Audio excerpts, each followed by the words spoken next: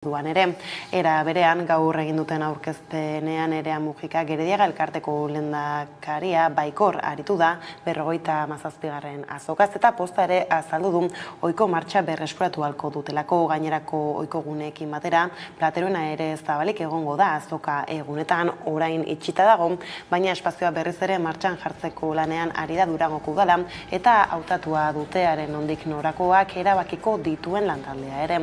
Urte amaierarako irekita egotea espero du horregatik Inma Garrastatxu Durangoko alkateak.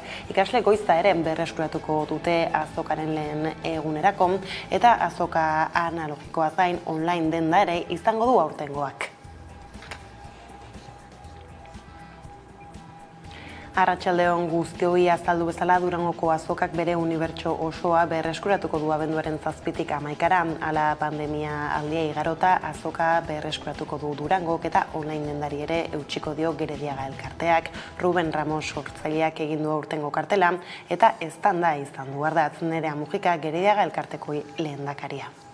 Pozik gatoz, 2 urteren ondoren aurtengoan Durangoko azokaren eztanda biziko dugulako. Bai, eztanda. Euskal kulturaren eztanda, sorkuntzaren eta jaiaren eztanda. Bestaldetik Aitzina Folk Festivalak 10 urte bete ditu aurten eta gaur edizio berriko egitaraua aurkeztu dute. Jaialdi solidario honek folk, musika eta kultura tradizionala batzen ditu, 3 helburu nagusi dituelarik. Patxi Bilen jaialdiaren sortzaile eta arduradunak azaldu digu zeintzuk diren. Pues entre todos hemos hecho posible que podamos apoyar proyectos de investigación, mantener la esperanza de que un día encontremos una cura para la enfermedad, ¿no? Kulturarloko lerroburuak hauek izan da, gaurko egunak izango du beste izpiderik. Statkraft enpresak gaur urriaren 11an emango ditu Azpeitian PSP proiektu eolikoari buruzko xehetasun guztiak. Batzar herrikoi eta irekia izango da eta Statkrafteko ordezkariak eta Azpeitiako udaleko kideak izango dira bertan. Azpeitiko Soreasu antzokian izango da batzarra arratsaldeko 7etan eta herritarrei proposamena azaltzeko egingo den lehen bilera izango da.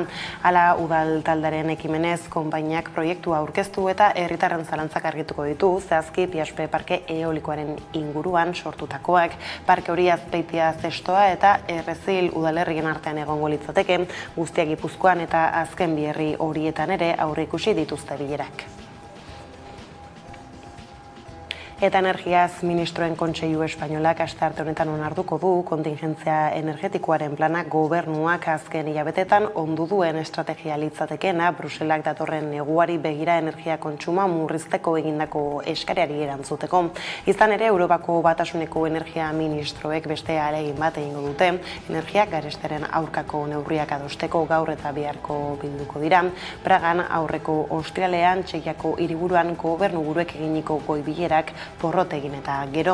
Nagusiki proposamen bat dute mintzagai, Frantziak, Espainiak eta beste 13 kidek eskatu dute Europar Batasunak muga bat jartzeko inportatutako gasaren prezioari eta erosketa bateratuak egiteko, baina Alemania eta Herbehereak ez daude ados. Gasari prezio muga bat jarrita ura garraiatzen duten itsasontziak Asiara joango direlakoan prezio muga aldakorra jartzea proposatu dute herrialde batzuek. Gaiz aldatuta berriz Ipar Euskal Herrira begira Arbonako Berruetako 3 etxeak eta 4 hektarea lur erosi nahi zituen Parisko bikoteak atzera egin du. Ildo horretan laborantza lurren 12 hektareak erosi dituen Paulin de Surmont laborariaren kontra auzitara jotzeko borondatea agertu dute. Elbek eta Lurzaindiak xafer egiturak esku hartu ez ezan azpikeriatan aritu dela uste baitute. Entzun jarraian Maris Kasenaut Elbe sindikatuko kidea. Eta gainera, naiz eta eroslea laboraria izan, nahi dugu erakutsi gaur egun, laborari hori ez dela hemen bidarteko gutununtziontan agertzen den bezala, ez dela hemen lanean ari laborantza egiteko, baina bere laborantza aktivitatea 80 kilometrotan dela, Larribaren. Espainiako Senatuak Memoria Demokratikoaren legea onartu zuen iragan astean. Espainiako Kongresutik jasotako testua aldaketarik gabe onartuta, aldeko 28 boto izan zituen legeak, aurkako 113 eta 18 senatari abstenitu egin ziren. Jose Luis Rodríguez Zapateroren 2007 Espainiako memoria historikoaren legean ordezkatzen du honek. Eta honen xedea biktimak ekintza politikoaren erdigunean jartzea da, eta horretarako biktima izendapena nazioarteko giza eskubideen parametroen arabera definituko dute hemendik aurrera. Hala besteak beste hildako arbasoen gorpuak berreskuratzea eskubide bat izango da, eta DNA banku bat sortuko dute lana errazteko. Gainera urriaren 31 Espainiako Gorteek konstituzioan hartu zuten eguna biktima komentzeko egun ofiziala izango da, eta maiatzaren 8 berriz erbesteratutako biktimen eguna. Gurean gaur magazinean Javier Guzes Arantzadi elkarteko historialaria izan dugu gonbiatu nagusi gisa, eta modu honetan baloratu du gerra zibila eta frankismoaren amaieratik ia mende erdira iritsi den legea. Nik uste nahita egiten dela, hau da, nire impresioa da urte asko pasatzen dienean, hilda daude biktima eta hilda daude biktimarioak. Orduan ja errezagoa da gauza hauek tramitatzea eta erresponsabilitatea pixkat difuminatzea, ez? Beraz nik uste ez dala kasualidade bat. Impunitate hitza datorki burura, ez? Ez dakit, horrietan daude agertzen da asko egia, justizia eta erreparazio printzipioak, baina gero egia artxiboa ez badira konsultatzea, ezin bada konsultatu, egia osoa ezin dugu lortu. Lerroburuekin bukatzeko berriz kiroletan 20 urte bete dira Atletikeko emakumezkoen taldeak lehen partida ofiziala jokatu zuenetik. Urte hauetan 5 liga irabazi ditu eta futbolaren ikusgaitasunaren eta profesionalizazioaren bultzatzailetako bat izan da. Javier Uria zenak hauteskunde kanpainan proposatu zuen emakumezkoen talde bat sortzea. Kirol zuzendaritzan zegoen orduan Ernesto Valverde, gizonezkoen lehen taldeko egungo entrenatzailea, azterketa bat egin ostean ikusi zuten egokiena leioarekin hitz egitea zela, bazuelako talde bat. 2002ko urriaren 6an jokatu zuen talde zuri-gorriak lehen partida ofiziala, hilabete batzuk lehenago esan bezala leioa hartu ostean lehen mailan egin zuen gainera. Urte hauetan 5 liga irabazi ditu, baina hortik harago emakumeen futbolak izan duen bilakaeraren bultzatzailetako bat izan da klub zuri-gorria. Lerroburuak horrela heldu da eguneko argazkari heltzeko unea. Murrizketekin egindako 2 azokaren ostean 57. Durangoko azoka osoa izango dela iragarri dute Gerediaga elkarteko ordezkariek. Gaur egin dute azokaren aurkezpena Durangon eta bertan izan da Aiara Deurreta lankidea. Durangoko azokak estanda egingo du aurten. Abenduaren 7an lehertu eta 11 arte iraungo du estandak. Ohiko formatua berreskuratuko du Durangoko azokak eta horrez gain online dendari eutziko dio. Euskal kulturaren nobedadeak ezagutzeko abendurar arte itxaron beharko da. Hori bai, 3 urteen ondoren edukira mugaturik ez eta musukorik ez. Aurten Euskal Sortzaileen plaza estanda izango da. Pozik gatoz, 2 urteren ondoren aurtengoan Durangoko azokaren estanda biziko dugulako. Bai, estanda. Euskal kulturaren estanda, sorkuntzaren eta jaiaren estanda. Durango osotik eta Euskal Herri osora zabalduko den estanda. Abenduaren 7an lehertu eta 11 arte iraungo duen estanda.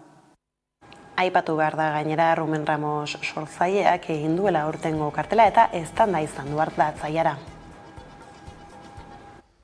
Durangoko azokaren 57. edizionek badu kartela. Ruben Ramosek sortu du kartela eta kartelean kulturaren estanda irudikatu du. Pandemiaren ostean, aurtengoa normala izan da, saiatu gara pixkat, beste buelta bat ematen restalin txiki bat egin zaio logoari, bai da hori denok ezagutzen duguna da, ez, eta aurretik jarri dugu izartxo hori, estanda hori irakur dadin, eta gero bestalde, saiatu naiz pixkat, bai musika, bai kultura orokorrean, sortarrazen nigun sensazio hori, ez, imaginazioarena, ingles ez deitzen den mind-blowing hori, ez, pelikula bat ikusten dezunean, edo, ez dakit, liburu bat irakurtzezunean, ez, sortzen zaizun, estanda hori. Bestetik aurkezpenan azaldu dutenez, 5 guneko egitaraua izango da aurtengo azokak gune ezberdinetan banatuta. Kultur sortzaileek gainera urriaren 15era arteko epea izango dute proposamenak bidaltzeko. Durangoko azokak bere izaera berreskuratuko du. Erakusmaien izen ematea itzita egon arren eta momentuz daturik semanarren antolatzaileek adierazi dute pandemiaren aurretik bezala unibertso osoa berreskuratuko duela Durangoko azokak. 5 egunetako egitarau oparoa antolatu nahi dute eta horregatik adierazi dute euskal sortzaileek euren proposamenak emateko urriaren 15 arteko epea dutela. Oraindik zabalik dagoela sortzaileek beraien lanak gune desberdinetan aurkezteko epea. Eta urriaren 15ean amaituko dela. Beraz, hemendik, azokako partaideei beraien lanak aurkezteko eskaria egin dezaten dei egin nahi diet aurtengo azokan ahalik eta egitarau zabal, anitz eta gozagarriena osatzeko. Azokaren bueltakoak horrela, Durangotik mugitu gabe, bada beste berririk izan ere pandemialdia igarota gaur izango dira bueltan San Fausto jaiak aipatzekoa da gainera, lehendabiziko egitarau bateratua egin dutela udalak eta txosna batzordeak adi. 3 urteren ostean bueltan dira Durangoko jaiak asteartean San Faustoak hasiko dira Durangon. Gainera, Ima Garrastatzu Durangoko alkateak adierazi duenez nabarmendu duenez, lehendabiziko aldia da udalak eta txosna batzordeak bat egiten dutela egitaraua antolatzeko orduan. Horrela, pantzike eta pantzikotu jaiak batera antolatuko dituzte. Horrez gain alkateak adierazi du adin guztietako egitarau oparoa antolatu dutela. Bueltan daude gure jaiak, posi gaude. Ni uste irribarretzu badekogu danok aurpeixen gozatzeko gogoak dekogu beharra eta bueno, prestatu dugu mimo handiarekin programazioa. Programa oso aberatsa da, alde batetik akto asko gehiago, esango naben 140 gehiago handitu dugula kultura eta aktibidade guztiontzako, edade guztiontzako, eta bai guretzat oso garrantzi handia daukana da deszentralizau. Aurreatu bezala Durangoko jaiak gaur hasiko dira txosna batzordearen txupinarekin, aurten bilgune feministaren urturrena izan da, feminismoa erdigunean jarriko dute. Bihar aldiz Marisa Barrenak eta Amparo Ereñagak botako dute udaletxetik txupina guzia. Edo nola ere, biek ala biek argi utzi dute aurten Durangoko jaiak feministak izango direla. Bitzupin egongo dira Durango jaietan, asteartean, txosna batzordeak botako du txupina eta asteazkenean aldiz udalak hala ere argi utzi dute feminismoa ardatz izango dutela aurtengo jaiek. Esango duguna txupinazoan, lehenengo eta behin eskerrak emango dugu, guk urte asko daroagu inurri lanetan, eta eskerrak emango dugu gure bidaidea izan direnakin, bide lagun izan direnei, emango dizkiegu eskerrak, bai feministei, bai euskaltzalei, bai gauza sozialetan ibili direnei gurekin, eta gero egingo dugu jairako deia, disfruterako, kanturako, dantzarako eta errespeturako. Eta gure aldarria izango da erasorik ez, hori izango da, hori da gehien bat azpimarratuko duguna. Durangoko bilgune feministatik botako dugu gaurko txupina, eta guztiz eskertute gauz Durangoko txosna batzordiaz aukera hau emotiarren, 20 urte bete dauz aurten Euskal Herriko bilgune feministak eta Durangoko jaiztan beho espatuko dugu hori. Igual esatie bilgune feministak txosna batzordin, igual jauen lan ikusgarri zen azken urtetan izan dela erasuen kontrakoe, baina beste hainbat lan egin dauzela. Bestaldetik aipatu dugu lerroetan gaurko egunak baduela beste izpide nabarmen bat gaur arratsaldean Azpeitia Zestoa eta Errezilartean eraiki nahi den PSP proiektu eolikoaz azalpenak emateko batzarra eskainiko du Azpeitiko udalak, Statkraft enpresa ere bertan izango delarik.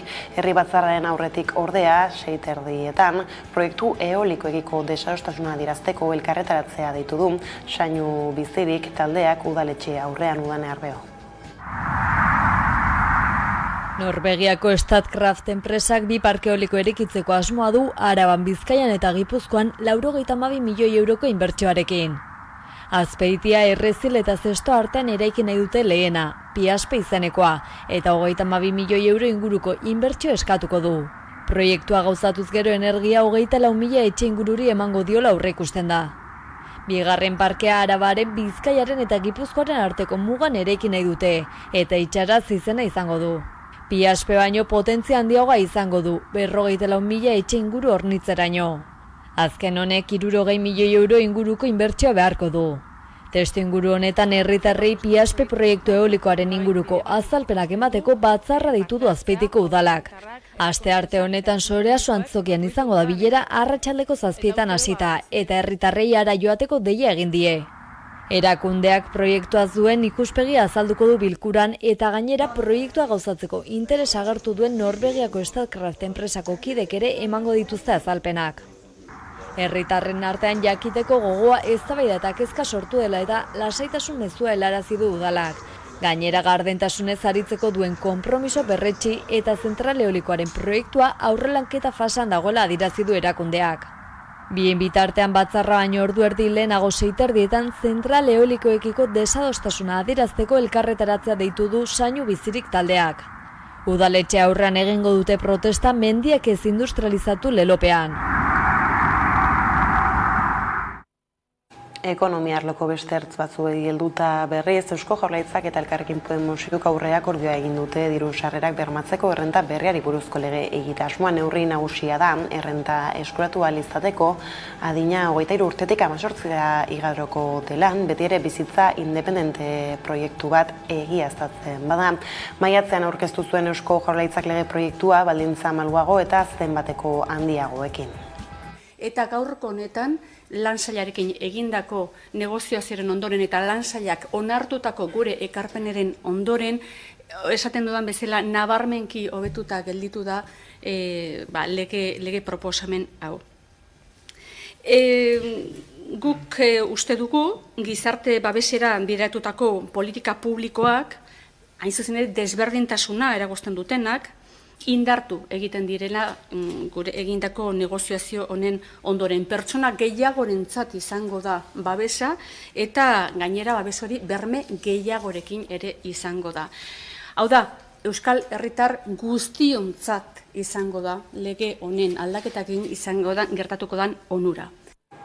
Nafarroara salto PSNek geroa baik eta Podemosek legealdiko laugarren aurrekontua adostu dute, baina momentuz kontuak onartzeke daude Euskal Herria Bildurekin. Gobernuko kideek gastu muga igotzea hitzartu dute, energiaren gainkosturako laguntzak hobetzeko, hala azaldu du gobernuko bozeramaile eta ekonomia kontseilari den Elma Saizek. Saben que son tiempos en los que el objetivo del Ejecutivo sigue siendo reforzar el escudo social que podemos aportar desde las administraciones y el esfuerzo que vamos a realizar también va a ser importante para profundizar y para fortalecer más aún ese escudo social.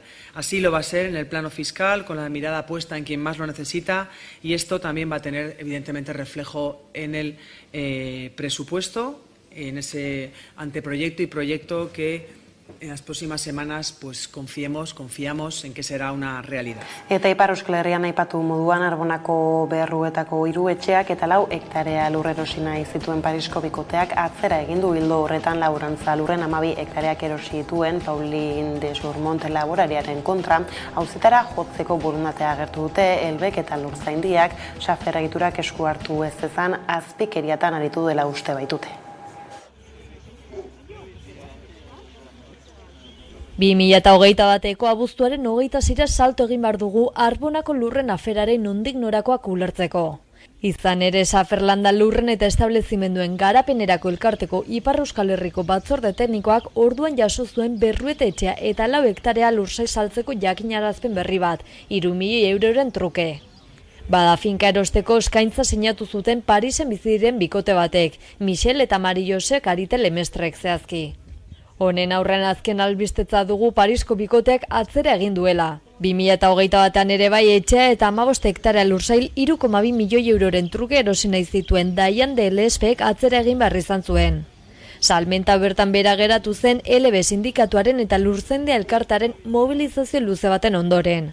Oraingo honetan ere antzerako gertatu da. Eskaintza berriaren aurrean Parisko bikoteak atzera egin du eta azken asteotako presioak emaitzak eman dituelarik pozik agertu dira LB sindikatuko eta Lurzendeako kideak. Hori garaipen handia guretzat, aldiuntan bederen ez ditugu 4 hilabete eman horren lortzeko eta ikusiko ondoko egunetan izanen den idatzia. Dena den gainontzeko laborantza lurren 12 hektareak Pauline de Surmont laborariak erosi ditu. Ildo horretan laborariaren aurka auzitara jotzeko borondate agertu dute LBek eta lurtzaindiak. Izan ere saferregiturak esku hartu ez zezan azpikeriatan aritu dela uste baitute. Laborantza lurrak erosterako orduan laborari gisa aurkeztu zen Pauline de Surmont eta laborantzako bere egoitza nagusia helbide horretan zuela deklaratu zuen.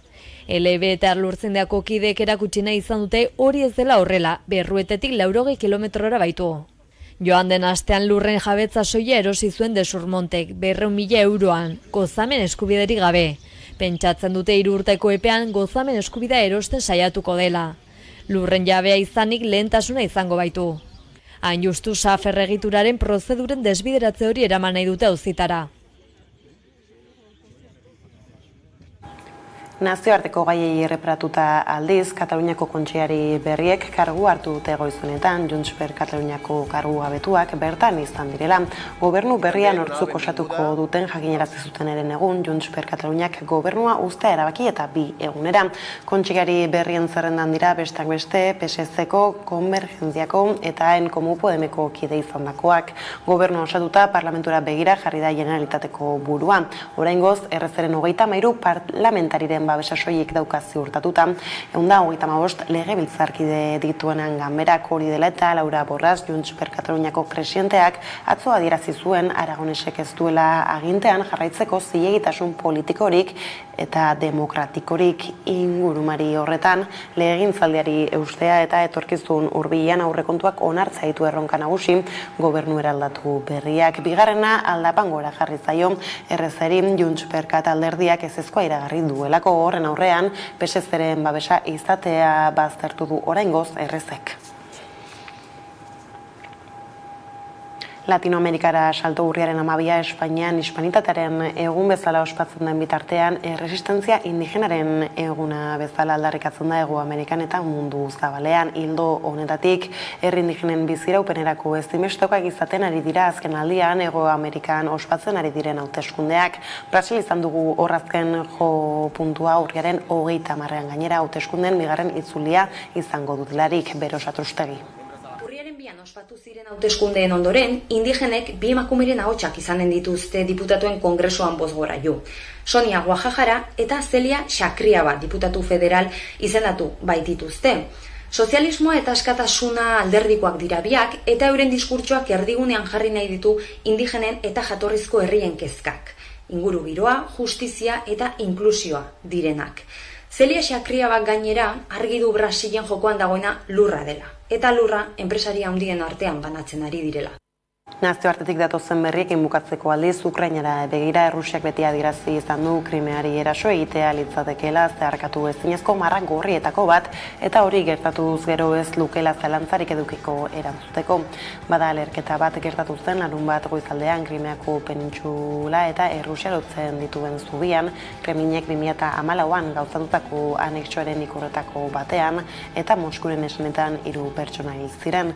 Eztandak gainera zubiaren zati bat suntsitu du. Errusiak Ukrainako zerbitzu sekretuei egotzi die gertatutakoa eta ikerketa bat hasi du. Kievek ez du bere gain hartu eztanda, baina zubia hondatu izana ospatu du. Gurean ostera Xerlas Euskal Herriko Unibertsitateko geopolitika taldeko kideak iritzi dio gaiari. Errusiak aspaldi baino, irailaren hasieratik hartu zuen erabakia operazio militar berezi baten eskematik gerra operazio batetara pasatzea, formalki dituko dio gerra antiterrorista bat, edo terrorismoaren aurkako operazio bat, baina de facto dana da, gatazka honetan gorakada bat gertatuko dela. Gurera bueltan beste ospakizun batez arituko gara jarraian udane Arbedoren eskutik izan ere Jaizkibel konpainiaren 25. urteurrena ospatu asmoz urriaren 22an Loratzen jaialdia egingo dute festa giroan egun osoko egitaraua prestatu dute eta Hondarribia guztiak eta inguruko lagunak gonbidatu nahi izan dituzte elkarrekin urteurren hori ospatzera. Mendela urten igaro da Hondarribiko Jaizkibel konpainia alarde parekide aldarrikatzen hasi zela. 25 urte hauetan 100 lagun batu dira konpainia parekidera eta urteurrena ospatu asmoz Loratzen jaialdia antolatu dute, urriaren 22an egingo dena. Argi daukagu gure helburua oraindik ez dugula lortu eta horrek haserretzen gaitu. Nola ez? Ezin zaigu buruan kabitu emakume izate hutsagatik, espazio publikotik, ospakizunetatik, herriaren bihotzetako batetik botatzen jarraituko gintuztenik 21. mendean, baina errealitatea hori da. Hala ere, pasatako urteak eta gero Jaizkibel konpainiaren freskotasuna, alaitasuna eta aurrera jarraitzeko grinak ospatzeko modukoa direla azpimarratuz, hori egitera doaz urriaren 22an. Herriko 22. konpainia garela, hemen gaudela eta bizirik gaudela ospatuko dugu. Horretarako egun osoko egitaraua prestatu dute eta Hondarribiar guztiak eta inguruko lagunak gonbidatu nahi izan dituzte elkarrekin ospatzera. Goizeko 10:00 hasiko dute eguna Jaizkibel konpainiaren alarde parekidearen aldeko borrokaren eta bestelako egitate historikoen berri emango duen ibilbide historikoarekin. Eguerdeko 12etan Gipuzkoa plazan elkartuko dira Jaizkibelen simbolo bihurtu diren zapi koloretsuekin festa hasteko. Ondoren herri bazkaria egingo dute jostaldi frontoian eta arratsaldeko 6:30 egingo dute eguneko ekitaldi nagusia bentan. Ekitaldi nagusia 6:30 izango da, izan garena eta garena ospatu eta gure helburuak aldarrikatzeko. Azkenik kontzertuak izango dituzte 7:30 hasita. De Ingles, Anari, Pinpilinpusis eta Merina Gris. Ibilbide historikoan eta bazkarian parte hartzeko plazak mugatuta daudelarik izena eman nahi dutenek email bat bidali beharko dute Jaizkibel 25 urte @gmail.com helbidera. Dena den konpainiako hartarazi du ikasturtean zehar bestelako ibilbide historikoak ere antolatuko dituztela noizan behin.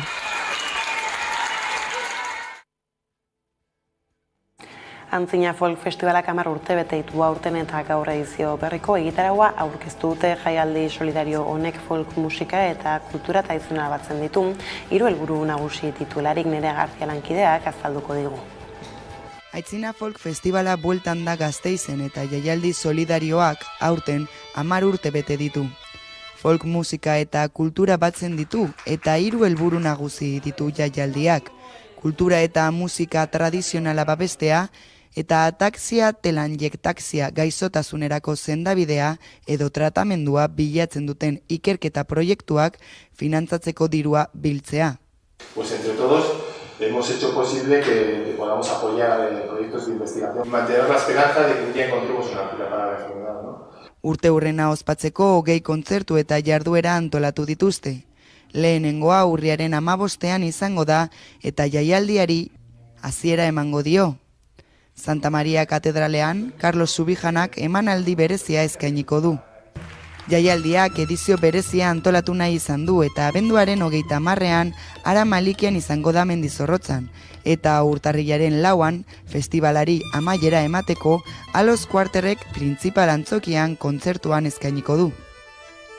Horrez gain, 2 kontzertu familiar eskainiko ditu Txiki Folk atalean eta Berpiztu, Kepa Junkeraren dokumentala Florida Zinema Aretoan proiektatuko da. Jaialdiaren 10 urte hauek labur biltzeko hitz bat bilatzen badugu, uste dut hitz hori hauze izango zen eskerrik asko. Babesleei, laguntzaileei, musikariei, publikoari, eskerrik asko gure ondoan egoteagatik, eskerrik asko 10 urtez musika ona egiteagatik eta telangiektaxiaren ikerketa bultzatzeagatik. Ataxia telangiektaxia gaixotasun arraroa da, genetikoa eta neurodegeneratiboa. Oraindik sendabidea ez du eta 2 mutilek pairatzen dute Euskadin. Kulturarlotik ere, bada besterik Tula proiektzio Arabarrak Oskar sarietan hautagai izateko aukera du. Zehazki, umorea eta hausnarketa biltzen duen film laburra dugu Tula, adi. Tula izeneko emakumeak ikastetxe bateko komunak garbitzen ditu. Emakumezkoen ikastetxe bateko komunak hain zuzen ere. Goiz batean espero ez zuen berri bat jaso zuen. Ikastolako zuzendariaren 14 urteko alabak haurdun zegoela kontatu zion. Umorea eta hausnarketa biltzen duen film laburra da. Aurten estreinatu da eta Houston eta Los Angeles festivaletan irabazle izan da. Horrek Oskar sarietan hautagaia izateko aukera eman dio. Sigo aquí, ¿eh? No estoy llorando. No sabía. No seas dramática, que el tabaco te mata, pero tarda más tiempo. ¿Qué voy a hacer? ¿De cuánto estás? Tú no has hablado de esto con tu madre, ¿verdad? Bea de Silva zuzendari arabarrak Gasteizko CSC Films ekoiztetxearekin lan egin du. Tula istorioaren grabazioa Gasteizen izan da, eta Hollywoodeko akademiak aukeratzen badu, produkzioa Oscar sarietan lehenengo arabar filma izan daiteke. Filma aurkeztuko da akademian eta ondoren hautagaien zerrenda argitaratuko dute. Era berean Goya sarietan ere aurkeztu dute produkzioa. Bastarteko kontuak horrela iritsi da albistegiaren bukaera, gaurkoan lerroburuetan azaldu legez Javier Buces Arantzadi elkarteko historialaria izan dugu eguerdiko magazinean, gonbiatu nagusi gisa, orain gutxi onartu den memoria historikoaren legea hizpide eta haren elkarrizketarekin agurtuko zaituztegu gaur. Horren bestez, besterik ez gure aldetik hauek izan dira eguerdiak gurean gaur utzituenak, guztiak eta gehiago nahi duzuen aldiro, 11 puntu satarian ondo izan eta bihar arte.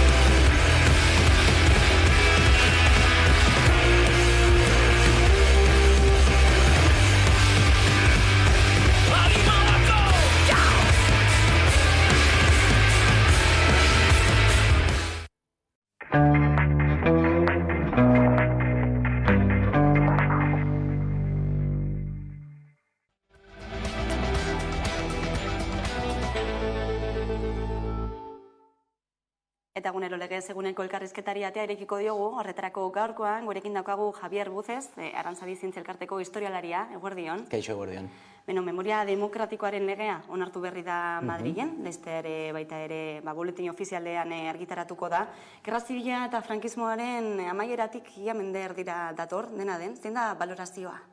Bueno, nik uste Estatu Espainola beti pixka berandu dator, asunto honekin, materia honekin, eta ez da kasualidade bat, nik uste ez da kasualidade bat, edo ez da sorte txarragatik, eta nik uste nahi egiten dela. Hau da, nire impresioa da urte asko pasatzen dienean, hilda daude biktima, eta hilda daude biktimarioak, orduan ja errezagoa da gauza hauek tramitatzea eta erresponsabilidadea pixkat difuminatzea, ez? Beraz, nik uste ez dala kasualidade bat. Eta bestaldetikan nik uste impunitate hitza datorki burura, ez? Ez dakit, horrietan daude agertzen da asko egia, justizia eta erreparazio printzipioak, baina geho egia artxiboa ez badira konsultatzea, ezin bada konsultatu, egia oso ezin dugu lortu, historialariok jakitea zer gertatu den zehazki, justizia errestauratiba baina ez penala, ezin da hartu berdugoak eta epaitu, eta, errekonozimendu batez ere morala dela. Bai, gai horri buruz ere luzitzen egingo dugu elkarrizketan zehar, baina legeari helduta, esaterako lege honi esker, hilakoen gorpuzkiak berreskuratzea eskubide bat izango da, estatua bera, Espainiako estatua bera izango da, edo egingo da, bilaketa horien kargua, esaterako DNA banku bat ere sortuko da, Arantzadi bezalako zientzia elkartek egiten duten lanaren zer suposatuko duke horrek? Bueno, horrepaso handia da. Daramagu ez dakizun, daramatzagu igual 10, ez 20 urte, gauzak egiten pixkanaka, herri voluntario askoekin, diru gutxiekin, baimenak eskatzen bai udalekin edo hierrian, eta gauza oso komplejoa izan dian hain arte, eta nik uste da aurrepaso oso handia dela gauzak onduk egiteko, eta karo, arduraduna estatua da, ez?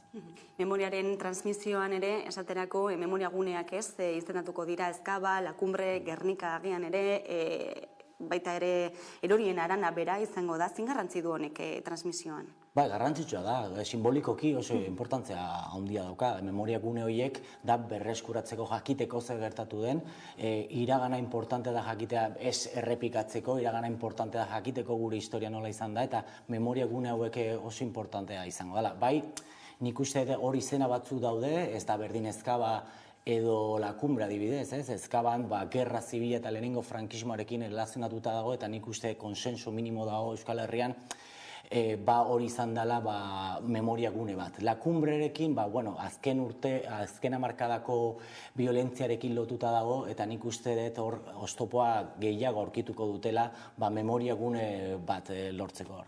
Aipatu dugu erorien arana ere izendatuko dutela memoria gune, besteak beste izen aldaketa bat ere jasoko duela, eta gainera Kipo de Llano eta Primo de Riveraren gorpuzkiak ere kanpora aterako dituztela, zintimentzio hartzen du honek.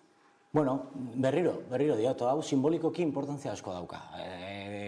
Jende hauek ezin da egon leku publiko baten esaltazioa, hor daude jendea juteko eta esaltazio frankistak egiteko, ezin da.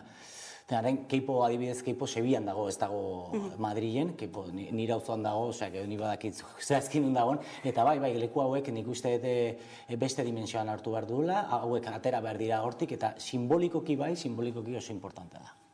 Dena den eta bien bitartean azken hilabeteotan berriro ere atzeratu egin dira indusketa lanak, erorien aranetik, frankismoko biktimen indusketa lan horiek, Eskorialeko udalak ez duelako baimenik eman, obren lizentzia hori ez duelako eman, tartean 40 euskaldun daude.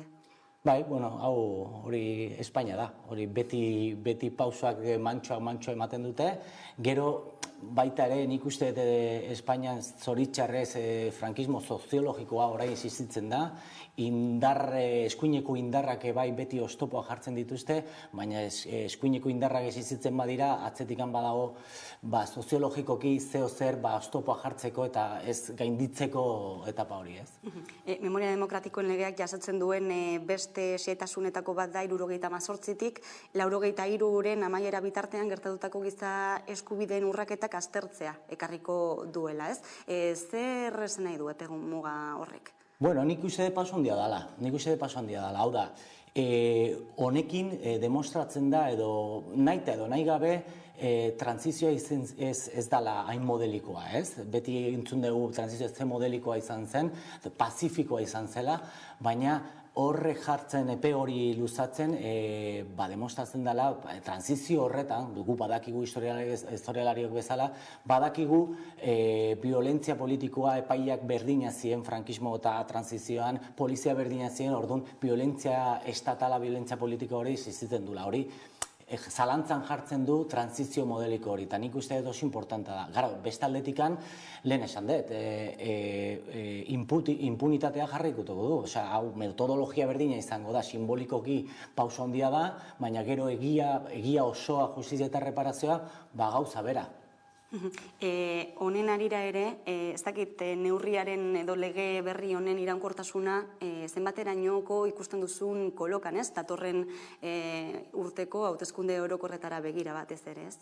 Ez dakigu, baina hori lehen esan dudana, Espainiako mentalidad, Espainia soziologikoa, frankismo hori nola dagoen,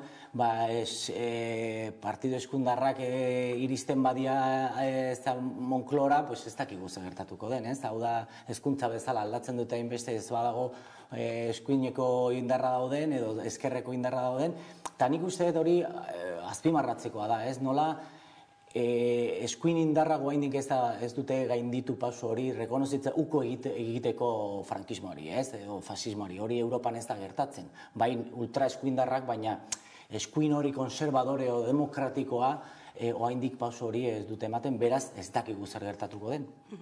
Bien bitartean, estatuko biktimak oraindik ere sentitzen dira, edo esaten dute bigarren edo hirugarren mailakoak ere ez, antzematen dituztela euren buruak beste biktima batzuekin alderatuta, ez? Noiz arte irango du horrek? Ez dakigu, baina lege horrekin jarraituko dugu berdin. Hau da, egia, justizia eta reparazio horiek printzipioa gartzen baditugu, estaturen biktima orain bigarren biktima izango jarretuko da izaten. Hau nabaritzen da, etako biktima daukate zerbidea jakiteko ze gertatu zen, osoa,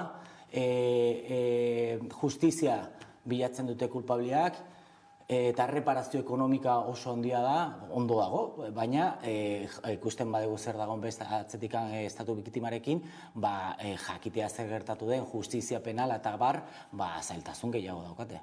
Estatuko biktimei hitz egiten ari garela, kasu askotan urte luzeetan zehar bertsio ofiziala da, gai lehendu izan dena, esango zenuke horiekin amaitzen ari dela? Bueno, hori aldatzeko artxiboak ireki behar dute. Ezin badegu gu historialariok ikustea zer dagoen artxibotan, ezin dugu jakin zer gertatu den. Hau da, ofizialki ez daki zenbat pertsona hil ziren enfrentamendu baten.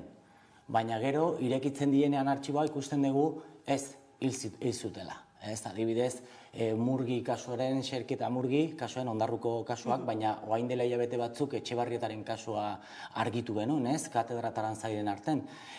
Hau da, ofizialki geratuko da, ez bada irekitzen artxiboak, eta hori dago legean ere, sekreto ofizialaren legea, ez bada aldatzen guk ezin dugu jakin ze dokumentu polizialak, judizialak eta bar daude, demostratzeko, jakiteko, benetan ze gertatu zen. Tortura kasuetan ez da batez ere agerikoa, ez, bertsio ofizialarena? Torturak, hilketak, sekuestroak, gauza asko daude, bai. Estatuko biktimez ari garela ere, zer esana eman du, uda partean, Gasteizeko memorialak berriro ere aurreko urtean egin bezalaxe Manzanas eta Perreten urte hurrenean biktimatzate aurkeztu dituztelako, baina ez biktimario gisa. Ez dakit ematen duen memoria osoa eraikitzeko zailtasunak dituztela batzuek. Bueno, azken fina, Gasteizko memoriala Barne Ministerioko proiektua da. Barne Ministerio proiektua da, eta Barne Ministerioa egon da Euskal Gatazka barruan. Eta parte aktiboa izan da. Orduan, beren historialariak zehozer esan behar dute, ez?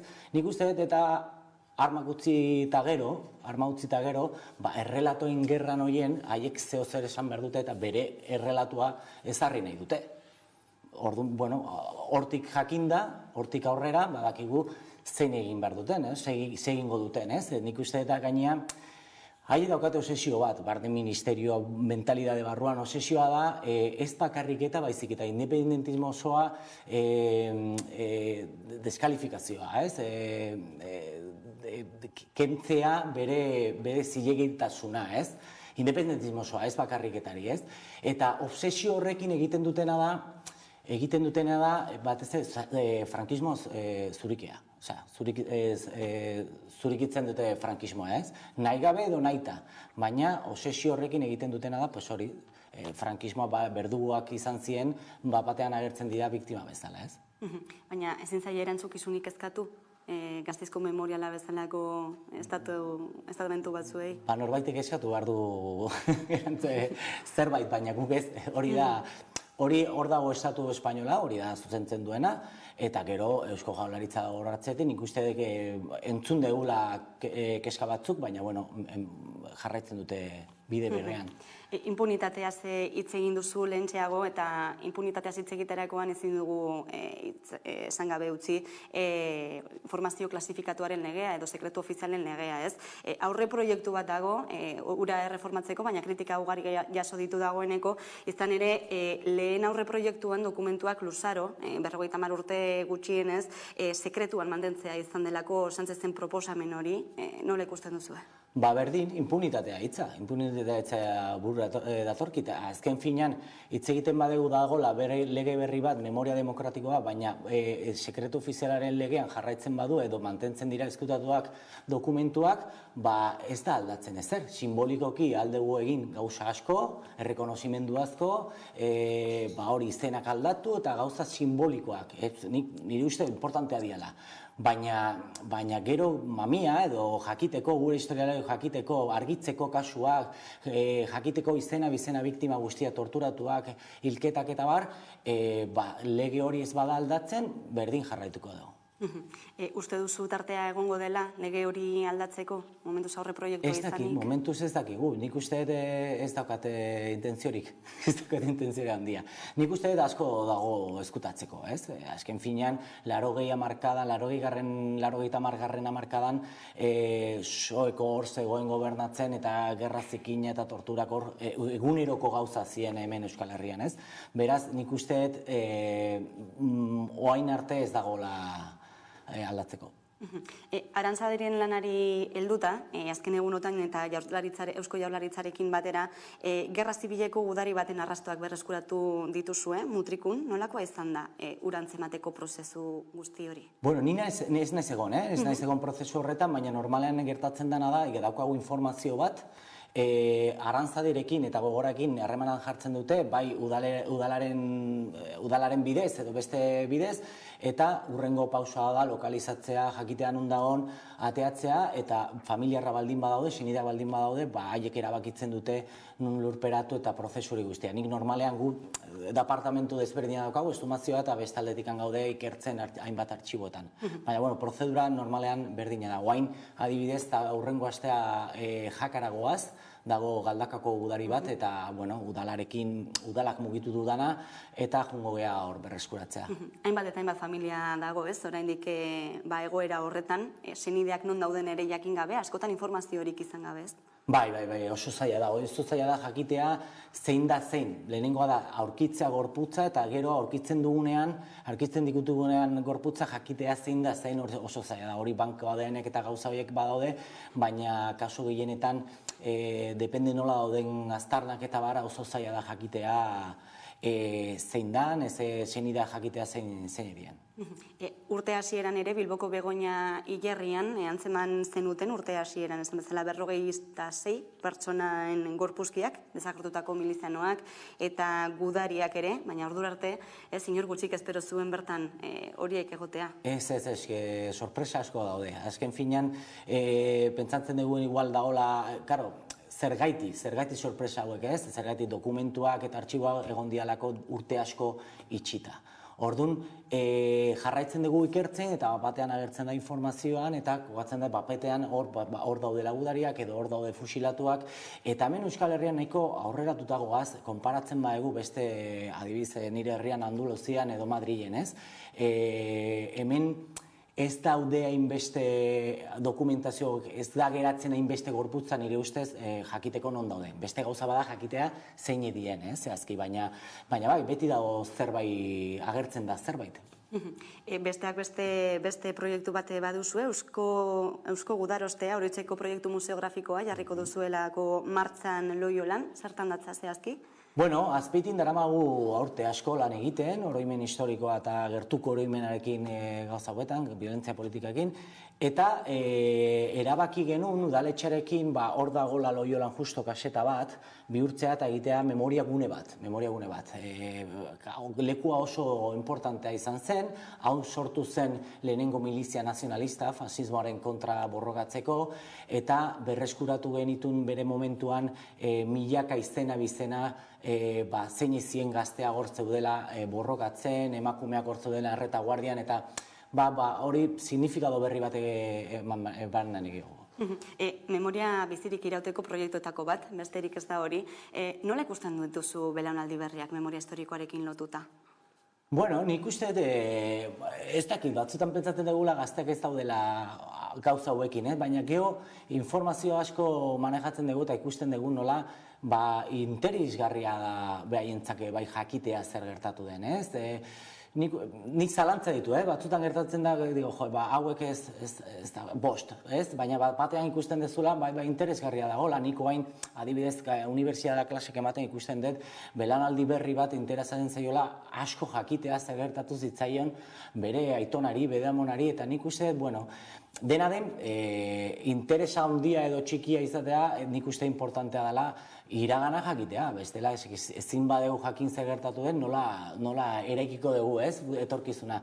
Eta batez ere, gertatzen dena da, azken hamarkadako violentziarekin, batzuk esaten du, oso rezientea dela, nola oain irekita daude zauriak, baina, karo, gut daukagu esperientzia gerra zibila eta lehenengo frankismoarekin dela, oain juten zarenean biktima bilatzea jaz daude, hilda daude, senidea daude, lehenengo testigantzak ez daukagu. Errepresio mota batzuk ez dago dokumentorik, bakarri dago testigantzak, eta ez badaude, bigarrenko testigantza daude, gauza honekin berdin, eta gazte asko daude, adibidez Arantzadin sartzen ikerlari berriak oso motibatuak. Dena den, anztura inposatzen edo inpulsatzeko nahi bat badagoela uste duzu, oraindik ere? Gerra zibilan gertatu zen moduan. Bai, bueno, nik uste dut hemen Euskal Herrian gerra zibil eta lehenengo frankismoarekin ez dago arazo asko. Osea, nik uste konsensu handia dagola, zer gertatu zen, zeinek eman zuten golpe militar bat, eta bar. Asuntoa da, hemen Euskal Gatazka eragiten du asko. Eta Euskal Gatazka transversala da, hau da, diktadura, transizioa eta demokrazia hori jarraitzen du, ez? Orduan, hor dago gatazka, jakitea, nola ze forma matea represio hori, deitzen badiogu krimene de lesa humanidad, frankismoko egintzuna, lehenengo frankismoa zergatik 60. hamarkada ez dela berdina. Eta existitzen zulako, orduan, hor dago gatazka handi bat. Javier Buces, Aranzadi Zientelkarteko historialaria, mila esker gaurkoan Hamaika Telebistara gerturatzeagatik. Zuei.